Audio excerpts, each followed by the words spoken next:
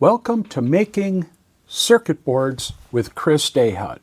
For today's video, we're going to take a look at the process to take design data and convert that into a CNC program that you can use with your CNC router to do the isolation milling and other machining operations.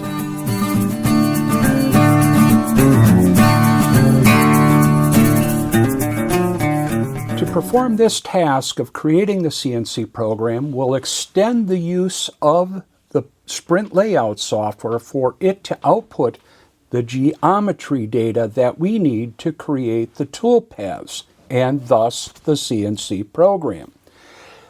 The Sprint layout software gives us good data out, but it will not run a CNC machine. We need another interim step there to create that CNC program.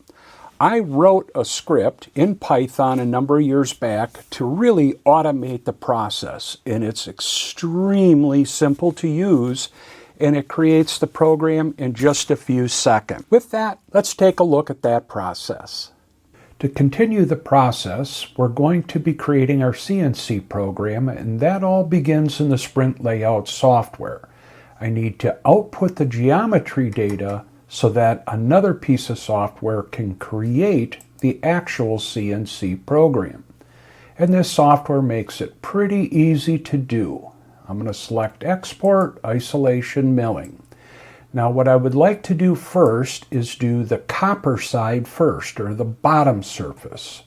So I'll turn that on, and it says, do I want to mirror horizontally? Yes, of course, because it's going to be inverted. Then it asks, do I want drillings? That means, do I want to go through and drill all the holes from the bottom side? Yes, I want to drill from the bottom side, and that adds that to the list. And I also want to output the milling operation to free our PCB from the bulk material. So yes, I want to output that, and I want to do it from the bottom side. So that gives us all the operations. This is what will be output in a list, and along with this information, or this list, will be a number of associated files containing the geometry to perform each of those operations. I'll click Create. We are in the correct folder. And I want to just add a -op1 so I know which operation this is. And like that, it magically created the files.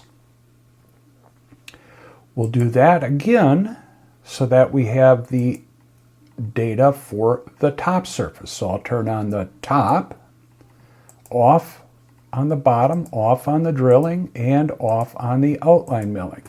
Now, often you can check either outline or single line for the way it engraves letters. I like the look of a single line engraving. So I select that, click Create, add op2 to that list, and that is done. Next up, we go into a custom piece of software that I wrote. There are other programs that can be used, but I found that my program works very fast, very efficiently for my process. And you'll kind of see how that goes here in a second.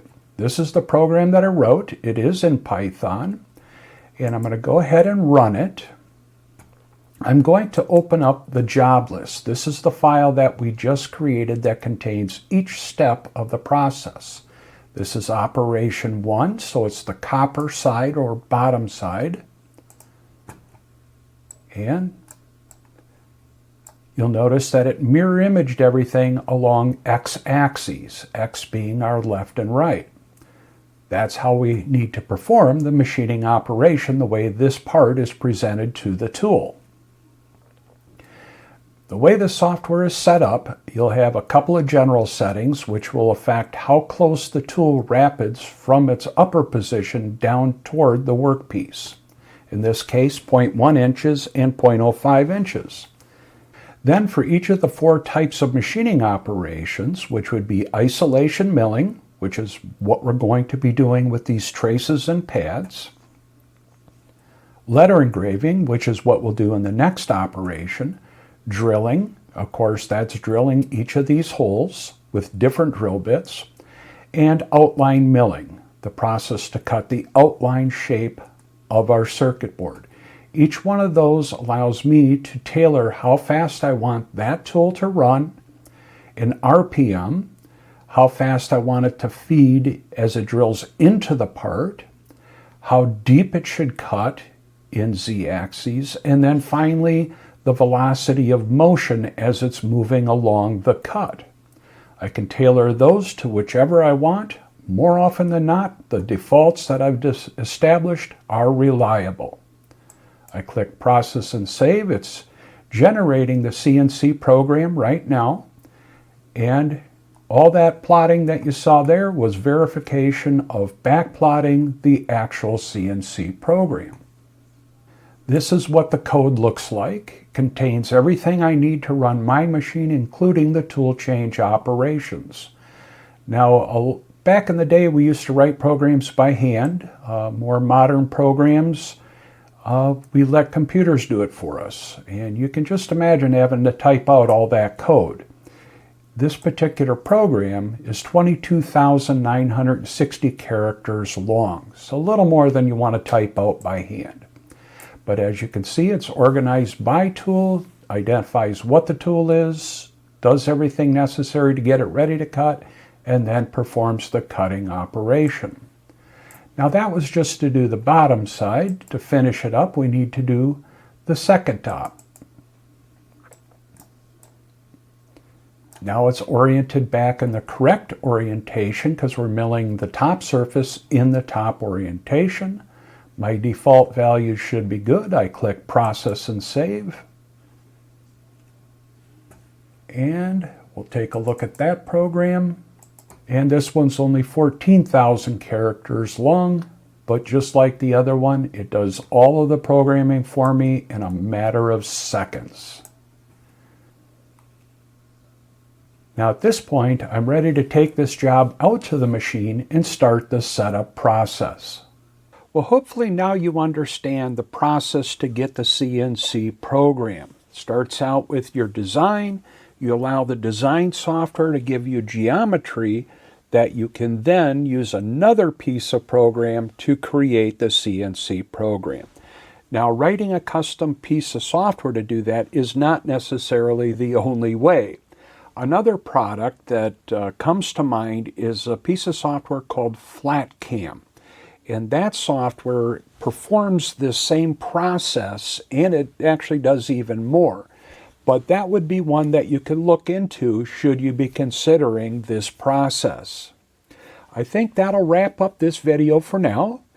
Next episode, we're going to be taking a look at the CNC machine itself. I'm going to put a little focus on it and give you some tips on what makes a good CNC machine, especially from the perspective of doing isolation milling for printed circuit boards. So with that, I'm going to wrap up this video. Thanks for watching, and if you could, please give me a thumbs up, subscribe, or share the video with others. It greatly helps the channel.